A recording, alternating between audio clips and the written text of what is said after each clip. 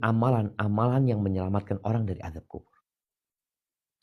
Hadis ini diriwayatkan oleh Ibnu Hibban dan At-Tabrani, di mana Rasulullah sallallahu alaihi wasallam mengatakan, innal mayyit, sesungguhnya mayit itu, idza wudi'a fi qabrihi, kalau dia ditaruh di kuburannya, dia mendengar suara sandal orang-orang ketika pulang, meninggalkan dia sendirian.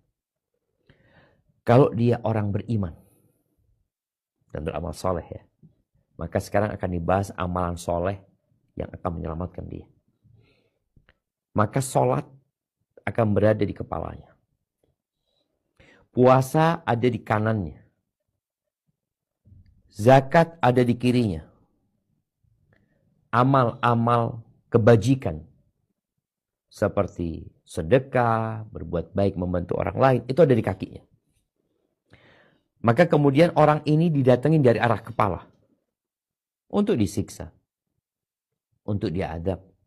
Maka sholat akan pasang badan mengatakan, ma qibali madkhal, nggak bisa engkau masuk dari arah kamu. Orang ini jaga sholat. Kalau dari arah kanannya, maka puasa akan menjaga dia. Mengatakan ma qibali madkhal, nggak bisa engkau masuk dari arah kanan, nggak bisa. Mau masuk dari arah kiri, maka zakat pasang badan untuk menyelamatkan orang ini.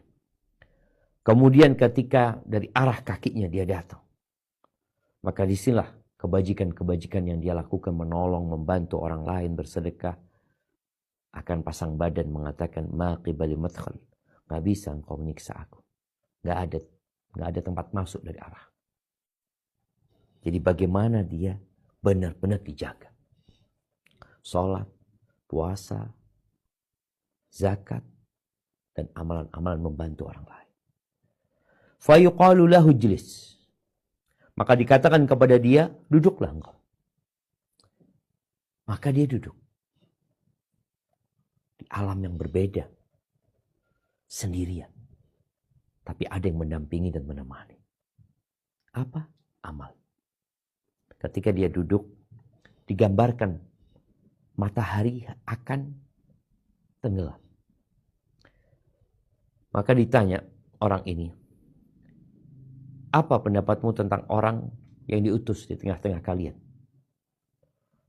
Apa kesaksianmu atas dia? Ketika ditanya, dia nggak terlalu fokus dengan pertanyaan, karena dia melihat matahari mau terbenam. Dia belum sholat. Dia mengatakan, da'uni hatta usolli. Tolong biarkan aku sholat dulu, aku mau sholat dulu, kata dia. Fayaquluna innaka astaghfar. Engkau akan sholat. Engkau akan sholat. Jawab dulu pertanyaan kamu. Ara'aita hadzal rajul alladhi kana qibalakum ma taqulu fihi? Apa pendapatmu tentang orang yang diutus kepadamu? Apa kesaksianmu atas dia? Fayaqul Muhammad. Maksudmu Muhammad sallallahu alaihi wasallam. Annahu Rasulullah. Ashhadu annahu Rasulullah sallallahu alaihi wasallam. Aku bersaksi dia adalah utusan Allah. Wa annahu jaa'a bil haqqi min indillah. Dia datang membawa kebenaran dari sisi Allah. Fayuqalu lahu, dikatakan kepada orang ini, ala dzalika hayyit, ya engkau hidup di atas kesaksian itu. Wa ala dzalika mitta, di atas kesaksian itu engkau mati. Wa ala dzalika tub'atsu insyaallah, dan insyaallah engkau akan dibangkitkan di atas kesaksianmu. Thumma yuftahu lahu babun min abwabil jannah. Tahu-tahu dia sedang di alam itu, ada pintu yang dibuka. Pintu itu menuju ke surga Allah Azza wa Jalla. Lalu dikatakan kepada dia, hadza maq'aduka minha wa ma a'addallahu laka fiha. Itu engkau lihat tuh, itu tempatmu di surga. Itu kesenangan yang Allah sediakan buat engkau. Maka dia semakin gembira, semakin bahagia. Lalu dibukakan pintu ke neraka. Na'udzubillahi minan nar. Fayuqalu lahu hadza maq'aduka. Ini tempatmu. Dan ini yang disediakan buat engkau di neraka. Kalau engkau durhaka kepada Allah. Kalau engkau berbuat maksiat. Maka dia semakin gembira ketika tahu dia selamat dari azab Allah. Thumma yufsahu lahu fi qabri sab'una dhira'an. Kemudian kuburannya diluaskan sepanjang 70 hasta. Kuburan yang gelap, Allah terangin. Kemudian jasadnya dikembalikan seperti semula. Adapun ruhnya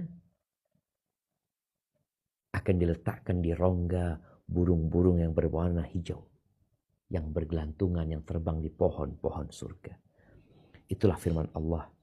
Yang tadi kita baca artinya di surat Ibrahim ayat 27. Yuthabbitullahu alladhina amanu bilqawli thabiti fil hayatid dunya wa fil akhirah.